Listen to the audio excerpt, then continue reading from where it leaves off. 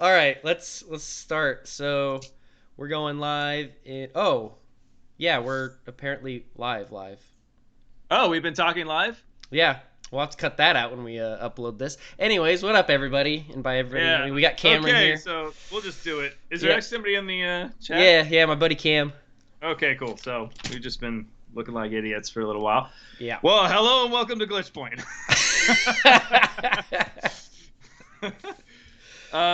Yeah, so it's actually there's been some stuff. I mean, obviously we're getting closer into the Christmas season, so there's a little bit more news around and but it's been actually kind of quiet to be honest for this time of the year. I don't expect big releases, but I mean there have been some. I've actually been playing Crash Bandicoot. Oh, Uh, nice. How's that? yeah, it's good. I maybe I forgot what it was as a game, but I am really impressed with it now just because it's I love the puzzles in it. Like I mean there are a lot of things wrong with it, of course, but um, I'm really enthralled when I have to figure out a platformer puzzle because like you're jumping on boxes and you have to break them in a certain Yeah. way and I was that in the original game? Yeah, I mean, I'm assuming. So I haven't played the newest one, but I'm assuming like they have what the original, which was like kind of special stages where you gotta go to a secret zone, and then the only way to get all the boxes is to do it in a specific order, which I imagine they're expanding upon. But yeah, they had something similar to what you're Yeah, describing. and then they have these like retro tapes that you can go back and play the old games or like I guess challenges from the old games. But it's really neat. I mean, they have I haven't gotten very far in it. I just play very like it's nice to be able to just pick up and put down. It's a perfect game for that. Yeah, that's awesome. But they have not to ruin it, but the only mechanic I've seen so far is you switch between blocks. So like you turn on things and turn off things at the same time. So Okay. they're like toggles. And actually, that's like the most fun I have is when that mechanic is existing, Hmm. because it's just really fun to be able to have another button press that allows you to move through the level. Um, but Okay. yeah, I mean, the thing I love about the original Crash Bandicoot, and I mean, I could definitely be wrong here. I just feel like there hasn't really been another platformer like Crash Bandicoot that's really been as big as it. Like that kind of I mean, it is there are other 2.5D platformers, but they usually stick to the left and right plane rather than forward and backward. yeah, So it's nice that I like that Crash came back because I'm really surprised that we didn't see an influx of those types of games when the original came out. Because I mean, when Mario came out, we had a shit ton of 2D platformers, and when other 3D platformers came out, we had tons of those. But like, it just seems weird that Crash had a specific type of platforming, and it just came and went, and no one else really replicated it. yeah. Well, Sonic. Yeah, I guess so. Yeah, that's a good point. Sonic I did mean, with once it general, got into 3D. Yeah. yeah, and once it does 3D thing, I mean, and the thing is it just boils down to the fun moments of those. Well, there are a couple like I like when the camera is facing to away from you. I guess I don't know how you say that, but like you're running backwards. Like you're Um, looking at the camera, like the boulder yeah, chase. Oh, okay. yeah, like I enjoy that, and I don't think anyone else really does that, which is No. unique. But it all comes down to rails. I mean, like that's what happens. It like you end up really enjoying the rail elements of the game, and there's just something about rails that's fun, and I get it, but everybody does it. Yeah, and another thing, because I haven't played it, but I've seen a lot of gameplay from it, is because it's that on rails. Like the game looks absolutely gorgeous. Like the Yeah, set pieces that they've built out and the detail they've put into the backgrounds, because they guarantee that you're not going. They know exactly where you're gonna go. It's phenomenal looking. yeah. It's and I like that they introduced the characters and stuff, and I wish there was a little bit more of that in the actual game. Like when you start the game, there's like you're in your on the first level, you're in your like room or something, you're like your home a little bit, but it's not. But that's all you really see of that. And I wish they would take a little bit more from like what Donkey Kong did, where you have in-game like interactions with the characters Oh rather yeah, than just cutscenes. I like the cutscenes, but that's more banjo. It's a definitely banjo style of storytelling. Although true. even banjo has stuff in the game, so I guess they also do in-game character involvement. Yeah, there's But a lot of story told through the NPCs in that one. But I see what you're saying, yeah, because that one did have a lot more cutscene esque storytelling than uh, Donkey Kong Country. yeah, yeah. But I don't know. I mean, it was a good game. It was fun. I really enjoy these, and I'm finding more and more that I really enjoy these games that you can just pick up, play a level, put down, go do something. Yep, that's what I've been loving about Super Lucky's Tale, which has been one of the few Yeah. games I've been playing recently. And I can't remember the name of the developer. That's something with Bob in it, but of the guy of the Crash game. Do you know? Oh, the developer? No, I Oh don't. well, I the guys who they. It's funny because the people who made the Crash Bandicoot reboot or the remaster of the first three didn't make this one, but the guys who made this one are the people who remastered the three Spyro games. Which between the Spyro and the Crash remaster was definitely the better remaster. So I'm wondering what these devs are gonna go do now because they're one of the few people under Activision who are not just part of the Call of Duty mass machine of developers. I'm kind of hoping that they go make a new Spyro. If I'm being honest, like we got a new Crash, please bring us a new Spyro. Well, I mean, it is a lot of these games are definitely coming back up. Yeah. Um, and I don't see why that wouldn't be why there wouldn't be. Well, how long has it been since Spyro's the last game? Spyro. It's kind Oh of my funny. God. Spyro had the exact same life as Crash. He had the first three on the PlayStation by the original developers. They were amazing, and then the original developers moved on and did something else, and then it just got tossed around many developers and just had a very interesting seventh gen, the 360 era. So they had a Oh couple yeah. games. So I think, and the same Crash had weird games too. Which I mean, this game is officially like Crash 4, so they're kind of just ignoring any other Crash game. This is a continuation of the PS1 era. Um, Yeah, well, I like that because they already did the accumulation or the with all the games in one yeah, game. So it's I mean, I'm glad they're not just doing their best hits over and over and over again and actually coming out with a new one. This is kind of like the breaking point that Mega Man had when it finally came yep. back and started making new games, rather than just porting everything everywhere. Although I don't even know how many ports there are for Mega Man, but I just Good God, I don't know. yeah, but it's nice to see that there's new development and people are going back, and especially, and we talk about this a lot on this show. Especially with all these buyouts, it's really nice to see games coming back and IPs being able to be made. And this actually segues, I guess, to the Rockstar thing. So, which this is actually my most exciting topic because I think you'll be excited about it, which is Rockstar buying Ruffin Games for Crackdown 2, which who developed Crackdown 2. Although Well, they don't get the Crackdown. IP because it's Microsoft, Yeah, but but wasn't Crackdown too awful? yeah, it may have been, but it just shows that I don't know. I mean, does So this matter? what did they do? Because yeah, I know they made Crackdown 2, but what else had they done? Because that was like 15 years ago. Yeah, but Like I'm just curious. Like I don't know what. How do you spell like who? I don't know the developer really Ruffin, that well. Ruffin, Yeah, spelling games. Ruffin Games. Oh. And So they just got bought. Oh, they're a Scotland developer. they make VR games. It looks like. Okay. Huh. Um, but yeah, I mean, I don't know. I'm just glad that, and yeah, it's a little bit not as great as if Microsoft decides to remake Crackdown, but still, it shows that they're. I don't know. What does this even mean? Maybe it doesn't mean anything. Yeah, I mean I don't know. So they rebranded as so they were Ruffian, and then now they're going to be Rockstar Dundee. And then, but this article, I mean, they only mentioned that they worked on Yeah, um, Crackdown, like you said, Project Gotham 2, Fable, and Grand Theft Auto. So I guess my question is, what have they been doing since 2009? But that's still, I mean, Rockstar moving on, and that just means that Rockstar has all these IPs and they have a new team to work on an IP. Or just be part of the massive, giant push effort to make Grand Theft Auto 6. yeah. But I mean, they could choose these because this is just another sub company that they could definitely do something else. Yeah. Well, I mean, they don't have to just be absorbed by Grand Theft Auto. True. I mean, they've worked on it before. Which is why that's my assumption. Oh, okay. Um, All right. Well, although, maybe not as exciting. oh, apparently Ruffin also. Oh, they've been working on the Master Chief Collection. Apparently. Okay. Yeah. So it seems like they were one of those. I want to say that's what double A developer means. I could be very wrong. Where they kind of just contract out everybody to do different projects across the industry. Yeah.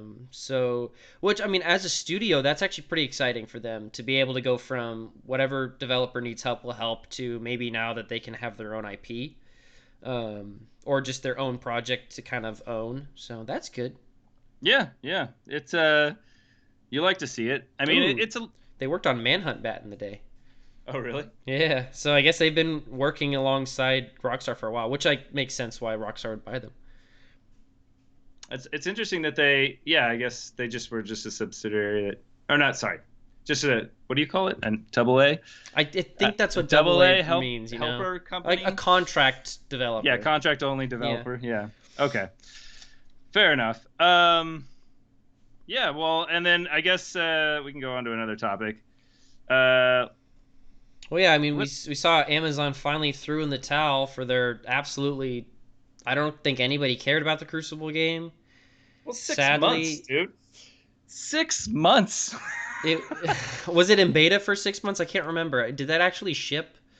I don't know, but it hasn't really been that long. I mean, what's the point? Like that's what just confuses the hell out of me. Like it's you put all this money behind something and then you're just like, "Nah, whatever. Well, see Throw it away." that's I feel like that you just described the entire gaming division of Amazon. Not to like no offense to anybody working at Amazon's game division, but it feels like since they've announced, hey, we're getting into games, the Crucible was like the few thing, like the one of the few things they've shipped, and it did not go well. I'm just wondering what are they doing over there, really? Well, I mean, they had to see it that yeah, I don't know. I mean, aren't there people that are trying to figure that like out the availability of space for them to sell games and I don't know. It seems so obvious that that's a bad choice because there's already all these established huge companies that are in games. Like I don't know why they're even trying. I I I got don't either. maybe Lumberyard I understand a little bit, but not even really. I mean, because you have to. I mean, in order to be able to sell games on a platform, you have to be able to have uh, exclusive IPs and stuff like that. That people you have to have a reason for people to come. Yeah, agreed. And I just don't know if they have that. Actually, I don't even know if Stadia has that. And that's the problem, right? That's the issue with continually these outside companies saying, "Oh, look at all this money in gaming," and trying to come in.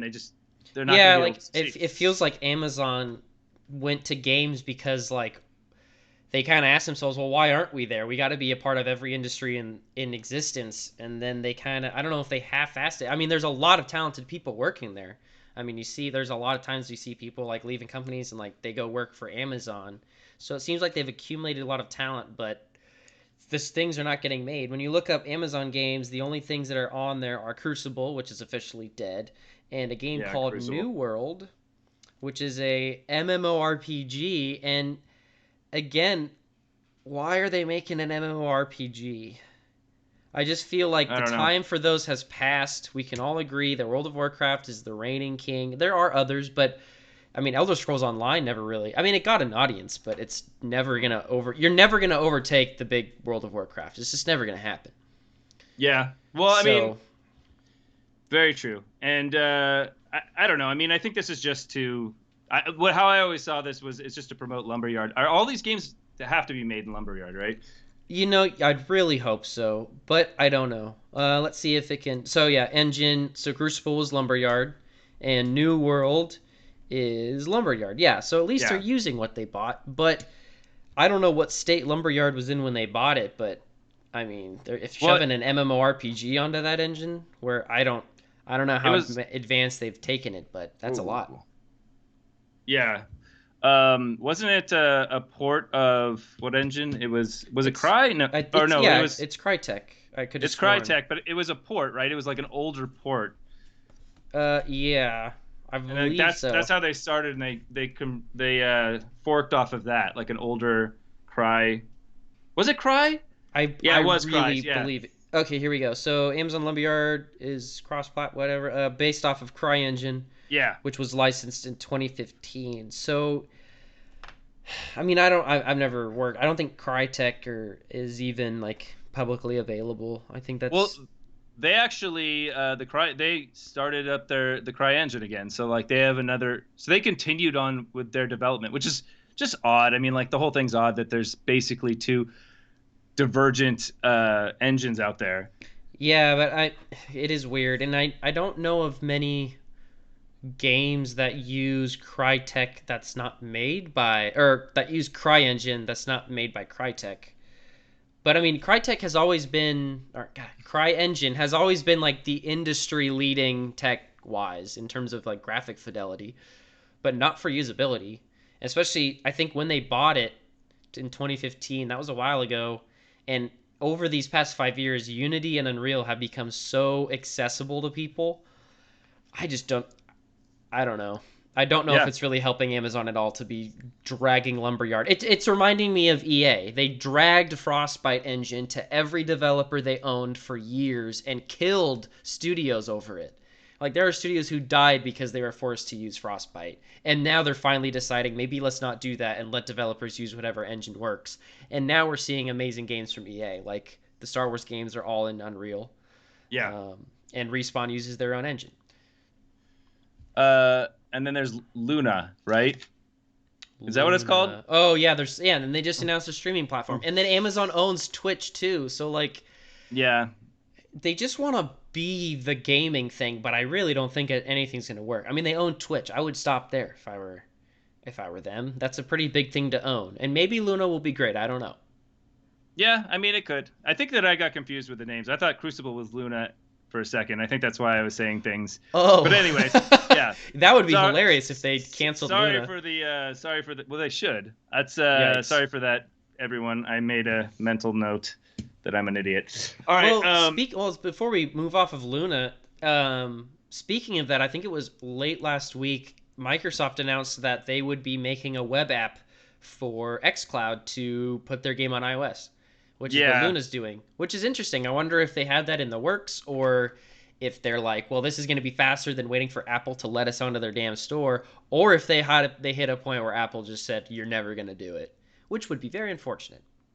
I don't think Apple's gonna. I mean, this xCloud has been such a popular. Well, not even. I mean, Xbox Game Pass, but it's beyond that because like how I see this is how amazing Xbox Game Pass is and how easy it is for people to stream games, and like once you use it and you notice like how amazing it is, you realize that other businesses are going to look at their cloud services and be like, if they can provide, no latency gaming, then they can do really well for our business. So it's like almost like an advertising for a salesmanship can't speak tonight.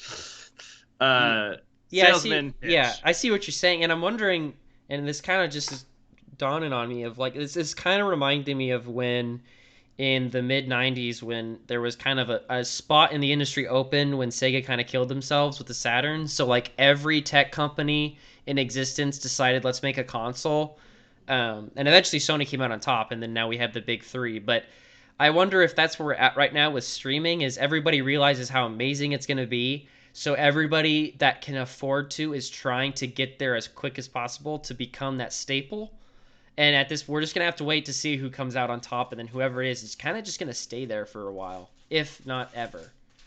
But it's, Amazon is one of the companies that has the capabilities with AWS. I mean, they've been doing web services forever. So and I guarantee you they're using the same machine learning algorithms to, control the traffic that I mean, they're different, but I can't see why they can't pull it off.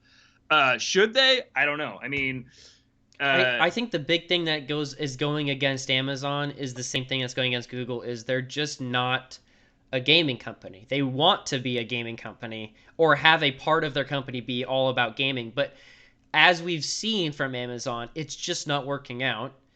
And I don't know if this is going to work out. And then I think that's why Xbox is currently in the lead, is because they know we have been a gaming company since 2001, at least the Xbox division. So they know what they're doing, at least when it comes to user experience and like marketing it well and making sure that gamers know about it. I don't know. I just don't know if Amazon's ever going to reach it, because Stadia has just not worked out. I mean, there's a whole bunch of things that go into this. Like the controller's one of them, right? Now you have these proprietary controllers that are amazing, that they've been taking years to develop, and now you can't use any of that. Yeah. And which so like if you were going to put both of these side by side and ask somebody which one to pick, and the services are exactly the same, they're going to pick Microsoft. They're going to pick Xbox or, PlayStation if they, get their act together. Just because they're like, that's a gaming company. I mean, it's just. Exactly. And the other thing, like, and because of that, like Amazon and Google, like, again, they have the cloud technology with AWS, and Google like owns part of the internet or whatever. But it comes down to the point where they're on the outside and saying, okay, well, now we can use our tech to make games on it. And then every developer's like, well, I have to now make my game work on your platform. But because Xbox has been a gaming thing for so long, they were like inside out thinking. So they're like, well, we already know how to put a game on an Xbox, so let's make it to where that pipeline changes. Like nothing about that pipeline changes. We just stream it instead. And I think that's why developers are loving xCloud so much and being so open with putting their games on Game Pass for xCloud streaming, is because there's not much work that they have to do. Yeah, no, I agree. And also it's just, I don't know. They already have all these titles, so like from a consumer point of view, it's like you go on it and it's already these exciting things that you can't get anywhere else. Amazon doesn't have that. I don't want to play fucking Crucible. Well, now I can't even play Crucible. Yeah, you couldn't even if you wanted to. I don't even know what I'm going to play. What other lumberyard games can they throw up on their streaming service? Like, Jesus. I mean, apparently the New World and Crucible are the only lumberyard games, and I don't see any indie developers just flocking to, because it's open source, so like you can use it as an indie dev. I just don't see anybody going like, oh, I'm going to make my game in lumberyard. At the beginning when all this started to happen, like 4 years or 5 years ago, or whatever, I was really excited about it. I actually thought I remember you being excited for lumberyard. I wanted to work for Amazon because one, I'm like, okay, great. I get to be a game developer or work on an engine that's needs a lot of work. So if they need technical work, I can do that. Yeah. The other thing is, I was like, you get great benefits and it's like your job is very secure and you're going to get paid very well. But now I'm like, ugh. Yeah, I mean, it was early on, and I think there was a lot of excitement and promise behind it, and everyone was like, and I think that's why a lot of people did go, and that's why their teams have grown. Is Amazon's like, we're gonna pay you a shit ton of money to do a new cool thing. And everyone's like, awesome. And then like 4 years go by, and everyone's like, I don't want to be doing this new cool thing because it's new and not working anymore. I mean, how can they have the team can't be that big. And actually, when I looked at it back then, it wasn't very big. I think they were trying to keep it small, but I think that's why they don't have very much content coming out of Lumberyard. I don't know. Yeah, I don't know if it's Lumberyard that's causing development issues or if it's just the way Amazon is managing. Like maybe just the corporate structure of Amazon just doesn't blend well with game development, which is a viable thing. Game development is a very different process than software development, like traditional software development. Yeah, so that's true. Maybe just Amazon was not built for this, and it's just gonna take too long for them to restructure to be a games company, or at least have a part of there. It just might not be worth it. They need to refocus their efforts because I want drones dropping off my packages. Stop with the games. Seriously, focus on the drones. Also, while you're at it, can you fix your damn mobile app because it's a piece of shit? I'm sorry, Amazon. Your mobile app's a piece of shit. I don't know why it never works. Like it's just constantly bugging out. Yeah, it bugs out for me all of the time. It just feels so clunky, and I'm tired of seeing the dogs of Amazon. Like at first you're like, oh, cute, dogs of Amazon, and now it's like all I see are dogs and error codes when I use it. I don't know. It's been this way for a while. It feels. Yeah, I just don't get it. That's definitely an Apple thing because it runs pretty nice. But I know, like, I have friends who have an Amazon phone. Loan has those. Have an Android phone, and the Amazon still fucking sucks there. I don't know. I wonder what it's like on the Fire phone. It must be fucking amazing, dude. It must run flawlessly. 4K. Yeah, like I feel like Amazon just went so far deep, and they have. It's insane. They've gone so far into the Alexa thing and having like everything that you can do on Amazon be Alexa based that like they don't care if the app sucks because at least Alexa can do it. And then everyone's just like, oh, just have Alexa tell me, because a lot of people have Alexa. I'm getting really tired of all the different services, the voice activated services. I'm done. Because no, they all claim their own apps, and then you can't access like. If you have a service that doesn't correspond to the company that owns that app, it doesn't work. Nope. I'm so done with voice assistant speakers. Like I'm 100% done with them. I'm not buying any more smart things. I'm buying I don't want to do it anymore. I'm so tired of it. I love smart lights, don't get me wrong, but like I can control everything just on my phone, and my phone has a voice assistant on it, and like I always have my phone on me, so like I just don't need my house. It's been driving me insane. No, well, I mean, it's definitely could be a lot better, and that's the problem. Like when you use it, you're like, this could be amazing. Yeah. Like you're doing something else. Like when I'm doing dishes, sometimes I'll ask it to read the text that just came. It's not, but it's just, it seems like they half developed it and then just gave up. Yes, thank you. That's exactly how every one of them is. Ugh. That feels how the home, like Apple's HomePod feels that way. Google Home feels that way. Alexa feels that way. And I'm like, can any one of you finish your damn project? Or like they're not using it. Like they just develop it and they don't actually use the service. Like that's what it feels like. Because the second you use it, you're like, you can see the possibilities, and you're like, if we could just have this happen, this would be awesome. Yeah, I guess I'll give credit for Amazon for using the damn Alexa, because I feel like everything is Alexa enabled now. You Google microwave, and then the first result is an Amazon made microwave with Alexa built in for $60. Yeah. Why is my Amazon's making microwaves? They make products just like big, like it's just I don't know when it happened, but like it felt like overnight Amazon decided, let's just make anything anyone ever needs. Well, And it's not as good as the great brands, you know? Well, some of the basic stuff is good. Like I've definitely bought the basics and been happy with them. Yeah, Occasionally, yeah. depending on it. I mean, it's crazy just how far they've gone. Like I bought an Amazon Basics acoustic guitar. Wow. I don't How know was it? why. It's pretty good. I mean, I don't know. It's not like a fancy ass Taylor guitar, but like it's does its job. It makes noise, you know. Is it better than Yamaha? Yamaha was the other. Yeah. No, They're the ones. I'd have to play one. I mean, I haven't really played too much guitar, but it's just crazy that they make that. Although I'll give them credit, there's no branding on it. So like my guitar doesn't say like Amazon with a smiley face on it. It's really just an unbranded piece of wood that plays music. That's good. But yeah, it's just the things like batteries. I've bought in their batteries before, and I just feel like they're just not as good as a Duracell or an Energizer. They just never last as long. I understand that. Like, I understand why they're making products. I mean, they're literally holding on to products inside of warehouses so that they can get them to your house within an hour. Oh, by the way, Yeah. we live in Washington. We get hour delivery. I mean, yeah, we live in like Seattle, Washington, so we're Seattle, right by Washington. where Amazon is just birthed. Oh, well, I would imagine anywhere in Washington it's probably pretty good. I don't No, know. if you drive an hour away, it ain't that good. Really? Yeah. So it's just literally in this area? Yeah, it blows my mind. Like I order things and I get free same day shipping on regular Amazon, not even Amazon Prime now. And I'm like, Yeah, it's what? like, yeah, if you order something by 11 a.m., it's like, oh, it'll be there today. I It's asked the pretty guy great. when he was delivering it, and I was like, so how many of you guys, like, how many windows are there for delivery? He's like, oh yeah, we have like 6 guys delivering. Like, so each time if you deliver multiple things, they'll come to your house and they'll deliver at different windows. Wow. So there's got to be like tons of delivery guys out there. I don't know. Yeah, I wonder how much, Jesus, I can't imagine how much like gas they're using. Hopefully they switch to electric cars. Yeah. It must be insane. But yeah, I guess, I mean, this isn't really a story, but Amazon Prime Day is tomorrow. I don't really know what I would even want. I mean, I was thinking about a TV. I was like, because like, these new gaming consoles, I was like, Yeah, maybe I I'll get. really feel like I need a new TV.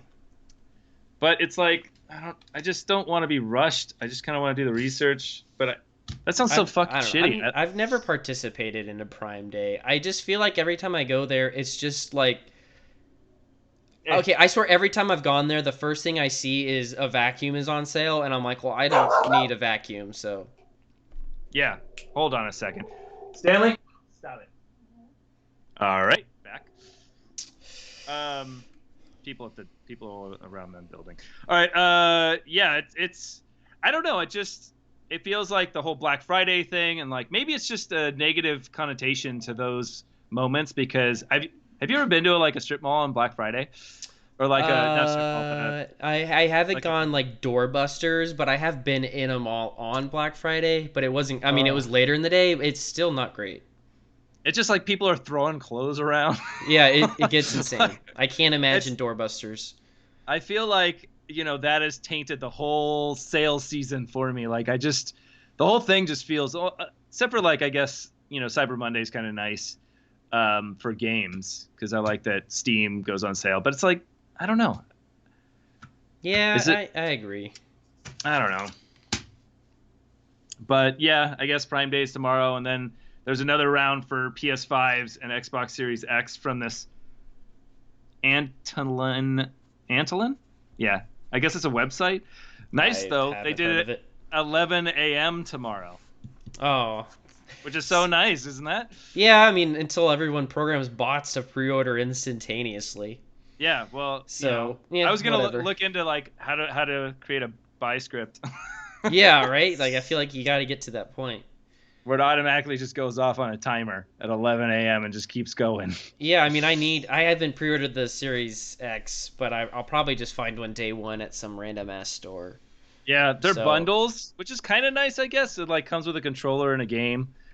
yeah, That's those there were some pretty nice PS5 bundles. I wish I would have got because I mean, with the Xbox, I didn't really care to get another controller because I've accumulated Xbox One controllers over the years and they all work, so it doesn't really matter.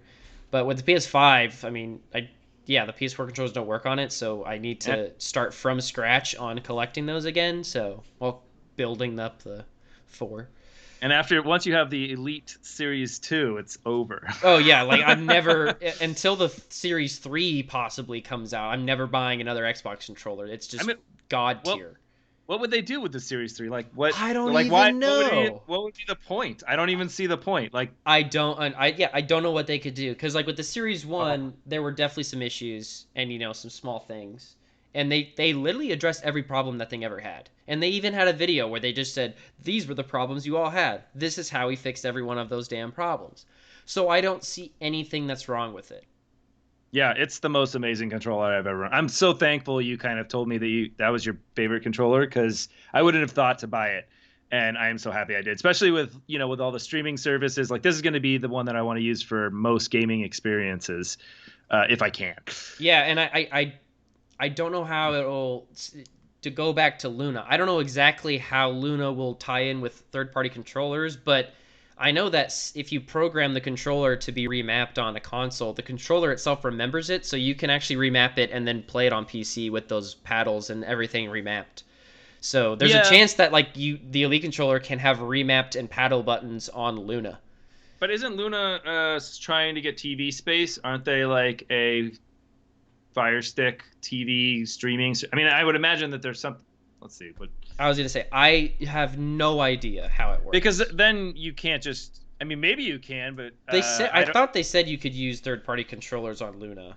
Oh, that'd be nice. I mean, I'm never going to use Luna, but that'd be awesome. Yeah, I'm never using it either, but for the people who choose, because yeah, Oh, that was another thing I wanted to bounce off when we were talking about Luna. Is it feels weird, or I think like one of the other reasons why I feel like because they're not gaming companies, they're just always at a disadvantage is the controller. Because both Stadia and Luna have a controller that they made, and like it is a controller, and there are a lot of third party ones, and it doesn't seem like that's very important, and it's not hard to make one. But both Sony and Microsoft and Nintendo, they've been making controllers for decades now. Like they have perfected their versions of controllers, and Amazon's just starting from scratch and just kind of copying whatever is like a current controller trend. So you never see people talking about the Stadia controller and it's like, oh, this is a great controller. It's just like, Yeah. it's like all of the third party crap controllers that you don't want to buy, but you buy and then you give to your friend when he Well, comes I would over. imagine the scene is littered with patents. I mean, I can't imagine like because it's hardware. Oh So like, yeah, and it's design. Like, there's probably so many design patents out there that it's like to create a controller today probably sucks. yeah. I mean, yeah. Nintendo had when they made the original D-pad, they patented that, and until I want to say 2015, no one was allowed to make a D-pad the same way Nintendo did. And they Yeah. always had better D-pads. I'll give them that. Although I liked Sony's always had a good D-pad. But now anyone can make a D-pad that uses. I don't exactly know what was so special about it, but yeah, no, that's a good point. Yeah, I mean, it's you're just never gonna get a really good controller. But I mean, if they allow for third party or other consoles controllers to be used, and I know through PC definitely you can do it, because you can use any controller to do anything. Um, but yeah, it just I don't. I I mean, if it's in the TV space, again, do I really want another controller? Do I really want another thing on my TV? I'm just happy that I have a Chromecast, and that's all I need. Yeah, and so on their And website, the question they just say will controllers or which controllers are compatible with Luna, and they say you can use Xbox One and DualShock 4. Um, I don't know if that means you can use any Bluetooth controller, so I don't know if the Joy Cons are out, but assuming they probably would have said Bluetooth. Um, but I don't know if that's limited to the web or not, because yeah, I think it is. Is it a stick? Or is it I don't just know. the? I think it might be just I the haven't web seen app. it. And then I wouldn't be surprised if the Fire TV stick just has a Luna web app shortcut. Oh, okay. That makes sense. I would Um, imagine that they want to get it on the TV because that's somewhat the point of all these things, or the point that it's supposed to be is, stream everywhere. Play once, stream everywhere. I don't know if that's a saying, but it yeah, I don't sounds know. good. Like basically being able to pick up the same. That's the idea. Pick up the same game that you're playing on a different device and have it just continues flawlessly, which is Yeah. where I think Microsoft is going to succeed, and I don't know how if anyone else is. Mm-hmm. I mean, it's but what was that? What was the first company to do streaming? Oh, it was Oh, Oh, it's they tip never got off the. Yeah, was it on live? No. Yes, It on was on live. live? Yeah, it was on live. Yeah, that Okay, was so so long ago. yeah, on live was they were talking about this back then, and like I remember everyone was like, "Oh my god, this is gonna be amazing," and yeah, it never happened. But just to show you how far that idea and like where we're tracking to has been around for quite a while. Like Well, everyone knows what they want from a streaming service. yeah, They and just it's wait. funny because like I'm pretty sure Sony bought on live, and that like on live turned into PlayStation Now. Yeah, which didn't So hold any of the same yeah, promises. which is funny. That Yeah, they got bought, and now it just kind of shows that Microsoft's kind of slow recovery from such a shitty launch of Xbox One is really helping out in the long term because they've had 7 years to build up to this moment in the game generation, and it's showing because everything is working really great, and it's like marketing is getting there, and then it definitely shows with Luna and Stadia that this is something that is probably a recent project and kind of more of a reaction to the current state. But that's how yeah, Amazon and Google have been all the time. They just kind of react to whatever's going on and they try to do their own thing, and sometimes it sticks and sometimes it doesn't. no, agreed. You could throw Facebook in that group. Oh, good God. Uh, Yeah, I'm waiting for Facebook to announce their streaming service if they don't already have one. yeah. Well, Um, I don't know. I think they're hopefully focusing on VR, because they actually do have quite a good purpose to be there with the Quest and like the direction that they're moving. yeah. Um, but I actually watched a YouTube interview with Zuckerberg. Zuckerberg. Zuckerberg. Although I would totally be down calling him Zuckersberg. Zuckerberg. Yes, and he was very excited about the implications that VR and AR will have, and like it was actually kind of changed my mind about him a little bit, but I know he's just, He's I an think he just interesting guy. well, his wallet is an asshole. Let's put it that way. Yeah.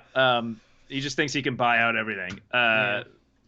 But actually, I think that these giant buyouts are his fault. Because when he bought Oculus, how much did he buy? It was just outrageous amount that he bought Oculus for. That Yeah. it was unneeded. It was so unneeded, and it was like, and I remember when it happened because this was before like all these now billion-dollar buyouts, but multi-million-dollar buyouts. And I remember being like, why did you do that? And all I could think of was he was trying to make a statement, like he wanted to be big in the news or something. Yeah, Because so it just, he bought it for $2 billion in 2014.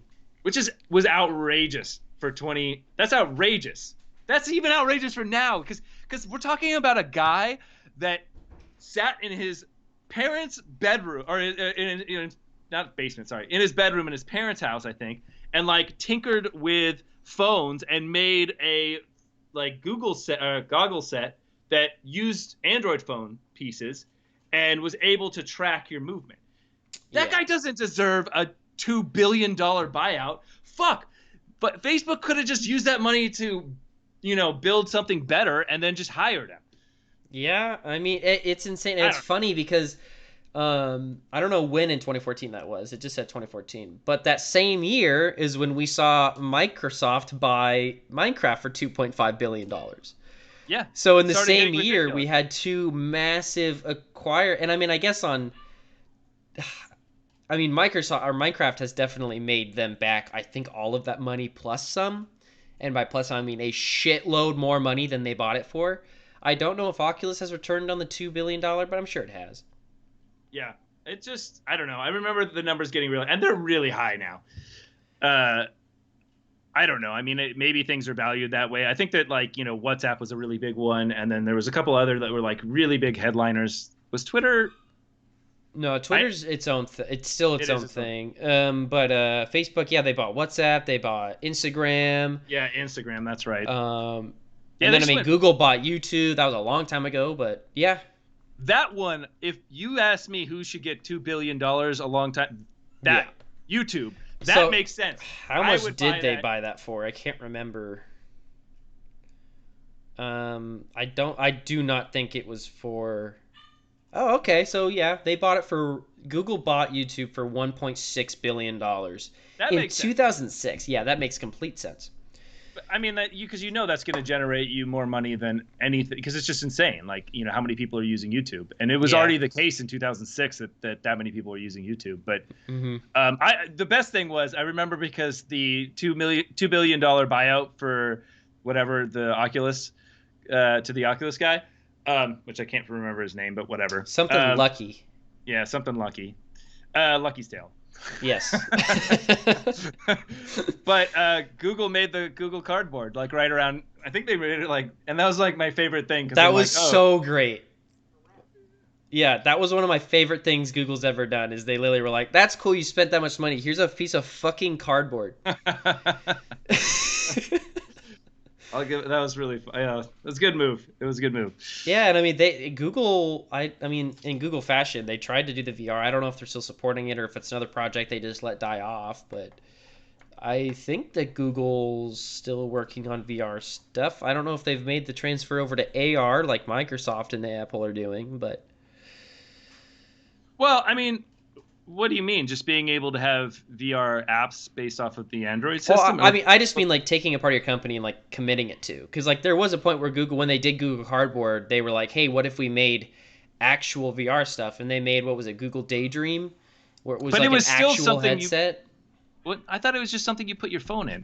I Oh, thought all the yes, it was still something you put your phone in, yeah, the whole idea is just like it's Samsung's. so, and then you just use. I mean, it yeah, because I guess the idea is, and which would be true in the if your phone was good enough and had enough pixel density that your phone's always going to be advancing. You're always going to be buying new phones. So why not just make your phone the VR, choice that. But I guess it's just with the goggles. I don't know. I mean, it still kind of makes sense. I have not VR'd on my phone since probably 2000 something. Yeah, I don't think Long I time ever ago. even did that. It used to make you really sick. Yeah, well, but and I mean that's why AR is just exploding on phones, is because yeah, everybody's got a phone. You're always upgrading your phone, so like they can kind of guarantee that most people are going to be at least within 3 years of a technology. Yeah. And I that's mean, why I think VR is probably just going to stick with gaming. I don't think VR is going to go too far outside of, or it's not gaming. I should say entertainment. yeah. I don't think VR is ever going to be more than just entertainment, but AR is going to be something that's not just for entertainment. And Apple will be right there to comfort you. Yes, yeah, they will be. Yeah, which will be interesting because I don't necessarily. I mean, I get it, and like I just don't want any more stupid stuff in their little ecosystem that I don't want to be a part of. Yeah, that's fair. you know, but that's okay. I mean, if it's good, it's good. I mean, whoever does it and it's good. Right now, I don't. I mean, like you can look at all the AR devices. It actually feels very much like how VR was back in the early days. With the phones and like it just made you dizzy and there were all these issues. But Yeah, I think AR is going to take some more time because I think VR. I mean, I would say VR took out five. Well, based off of when they bought Oculus, as kind of like the very beginning of it becoming commercial, took 6 years and now it's pretty. We got some pretty great tech and it's it's more accessible than it has been before. But I think AR is going to take a lot more time. I mean, the HoloLens just got its HoloLens 2 like last year, and it's still not ready for consumers in any way, shape, or form. Well, it's getting rid of the box. You know, Yeah. it's fun. It's like there's the two things that need to happen. VR needs to get rid of the screen door. AR needs to get rid of the box. And like that's all. That's literally all we care about. Like if we, once that happens, like once you're fully can use the quality of your eyesight inside of VR, and that's how it looks, it's gonna be amazing. Yep. I think that, and then with the box, it's just hard because like you look at these things and they're just like you see everything through a little box, and like so it just doesn't the immersion's not there. Yeah, that's fair. But I don't know, Apple, man, and we talked about this last time, but Apple with those the what are you 3D audio? Yeah. It just you can just see it happening, right? You can just see them prepping for this AR takeover. This because like right now I don't think they have a better idea. Like they had the watch, right, and then they like this is the next thing. I don't know what they're gonna do after this, No, I but mean Apple in their history, Apple tends to like to it's kind of weird. They make devices that kind of make their current devices obsolete. Like when they made the iPad, I mean, that's not how it was intended to be, but now when you look at the iPad, the way they're committing to the pencil and the getting mouse and keyboard support on it, the iPad is starting to replace the MacBook, their laptops. The MacBook was kind of like a replacement for having just a desktop. And then the watch, you can buy a cellular version that can do everything your phone can on your watch. So there's an argument to say that the watch can replace the phone at some point. So what I'm wondering is if the glasses that they could or could not be making, maybe that's another thing that they just want to replace it to where maybe all you need is a watch and a pair of fucking glasses. dude, once the glasses are legit, everything is going down.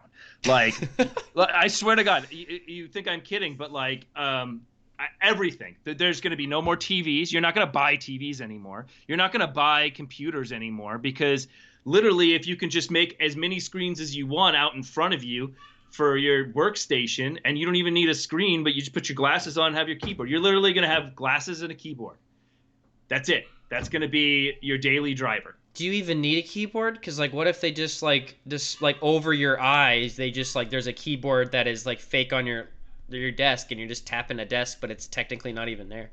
Maybe. I mean, you definitely can do that. I think people like the feel of a keyboard. I think that's going to be a hard replacement to take. But Yeah, just because the inaccuracies that come with trying, and yeah, I mean, because there's been a lot of attempts to try to create keyboards that are projections that take the light of your fingers or different ways of trying to do it. And yeah, it never works as crisply as as a keyboard does. no, And like you cannot do things as fast as you can on a keyboard. But yeah, it kind of reminds me. This kind of reminds me about what autonomous cars are doing to like the shipping industries and what it's going to end up doing, and like it's just going to destroy all these businesses.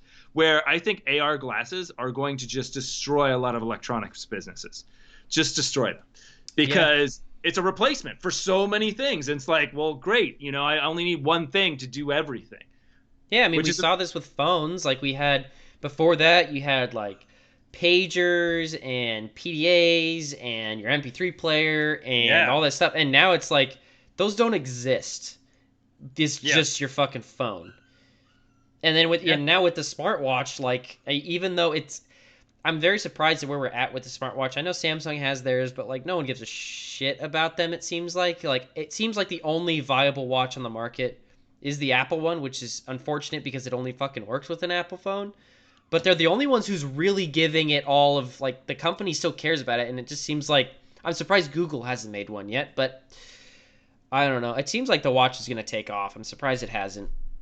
I think the glass is going to replace the watch. I think the glass is going to replace the phone, Yeah, I can see that. because it's now you have all your information in your peripheral.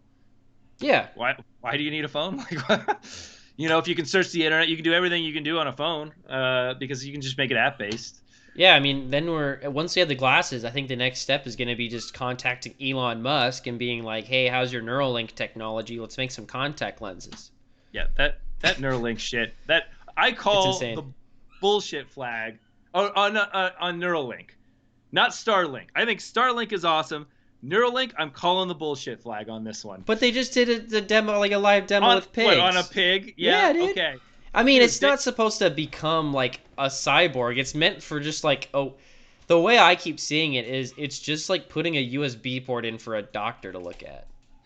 no, but it's not even that. No, I mean like this has been done before, where they allow brain wave interaction to control devices, and like the neural interface. The problem with the neural interface is it's not actually your thoughts. Like if you told me that the words I'm thinking in my brain would show up on the computer, I will say it's done. We're there, right? We have the thing. But if you say that I have to access my beta waves in order to move the mouse left, and then my alpha waves to move the mouse right, that's not fucking interface. That's just hacking what your brain is giving off and trying to use it, guys, trying to use it in a way that's functional. Yeah, right. Yeah, I guess that's a good point. There's just not enough knowledge about how the brain works. Like we can make readings on what the brain's doing, but we have no idea how the pictures in your brain, like, if that's the other thing. If you could like record the pictures, like if you could record someone's dreams, we're there. Those are the two things. We're there. Like, because you're taking the information that the brain is using and transferring that information into something that we can see or we can interpret, which is not really what we're doing. So Well, that's why. let's talk about this like two guys who know nothing about neurotechnology like we are. I mean, at the end of the thing that Kiki's talking about is like, at the end of the day, all the brain is are just electron or neurons, things flying around in your brain.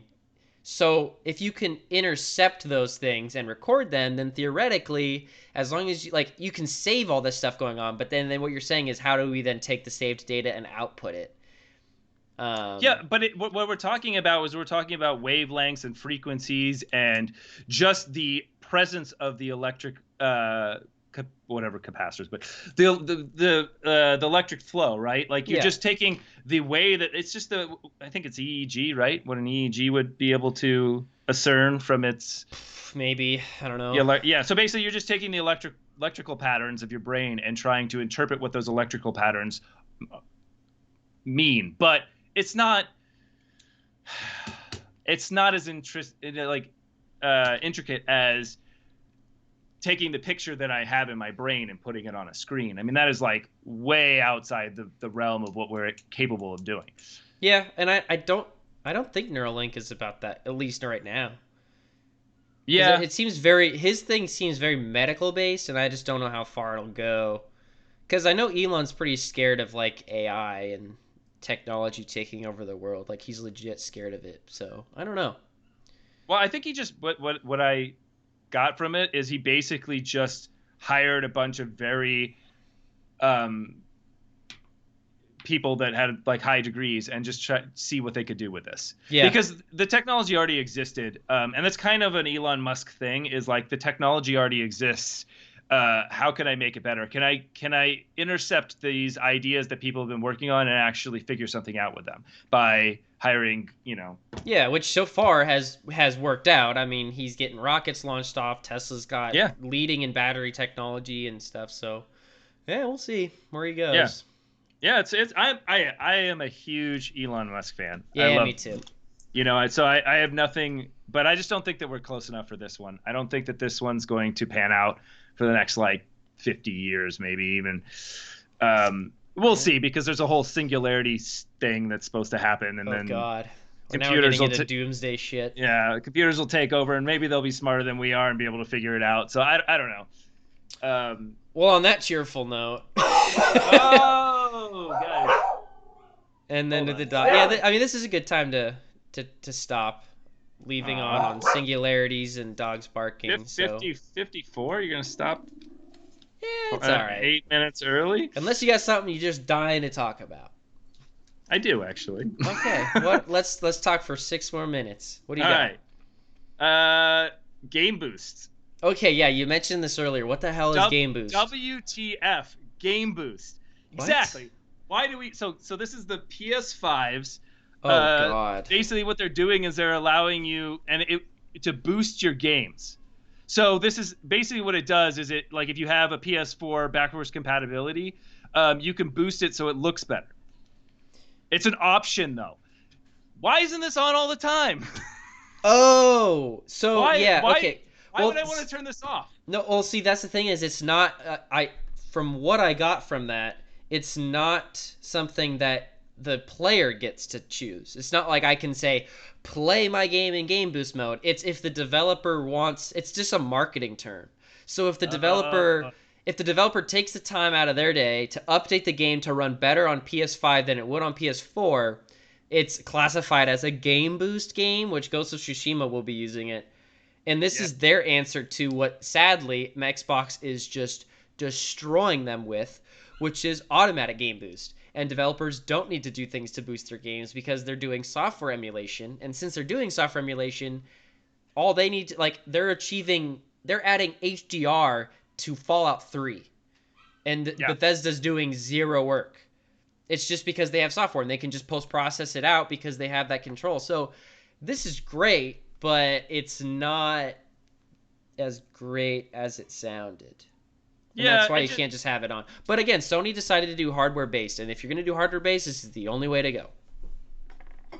yeah, I guess you're right. I mean, maybe I misunderstood it because someone was, when I was reading about it, it said there was an option that you have to switch on to be able to enable Game Boost.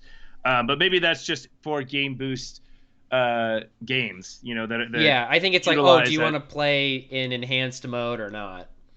But again, why games. even have that option? I don't know. Like, why would you ever not want to play? And it just feels like, yeah, it just made this a marketing term, which is kind of lame in my sense. Because it should, if the developers created a game with Game Boost, you should have it on. Why even have an option? And I think that I did actually read that there's an option that you have to turn on Game Boost. Yeah, looking at Ghost of Tsushima, I think the reason why it is an option is because it's not as rock solid as it would want to be. So the wording that they used is PS5 owners playing with Game Boost will see an extra option to allow frame rates up to 60 frames per second on the PS5. So that's unfortunate that they couldn't get that PS4 game running at 60 on the new console. So it sounds like because they can't hit a solid 60, they don't want to just shit on everybody and say, well, you have unsteady frame rate. So for the people who want solid 30, they have that option. Okay, fair enough. That makes sense. Yeah. Other than that, though, the things they've added, it seems like, yeah, that's not an option. So. Yeah. Well, it's good that that a lot of the backwards compatibility games will be able to, but how would they be able to take advantage of Game Boost? They're already created. It's up to developer. They'd have to spend time to update the game, which is not going to happen. Exactly. Unless Sony, and that's why Ghost of Tsushima is doing it, is because Sony is paying them to do that because they own the game.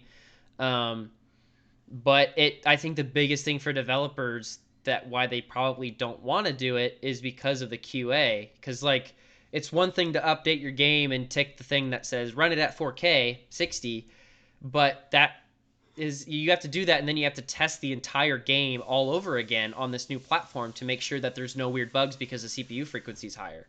And there's lots of games that are they knew that the hardware was doing something specific on the PS4 and they built their entire game around that. And now it's not doing that because it's on new hardware, and that's why Game Boost isn't working the same. And that's what Xbox has the advantage is, even though they're upping their hardware, I wouldn't say the architecture is different or the same, but it's the ecosystem is the same. The build pipelines are the same. So, yeah, that's crazy. Yeah. Well, all right, this is close enough to the hour. Yeah, I'm happy. That was a good ending. I'm glad you had to talk about that. Yeah, thanks. All right, well, thanks to everybody for tuning in, and we will see you next time. Yep. Cameron, shout out. All right.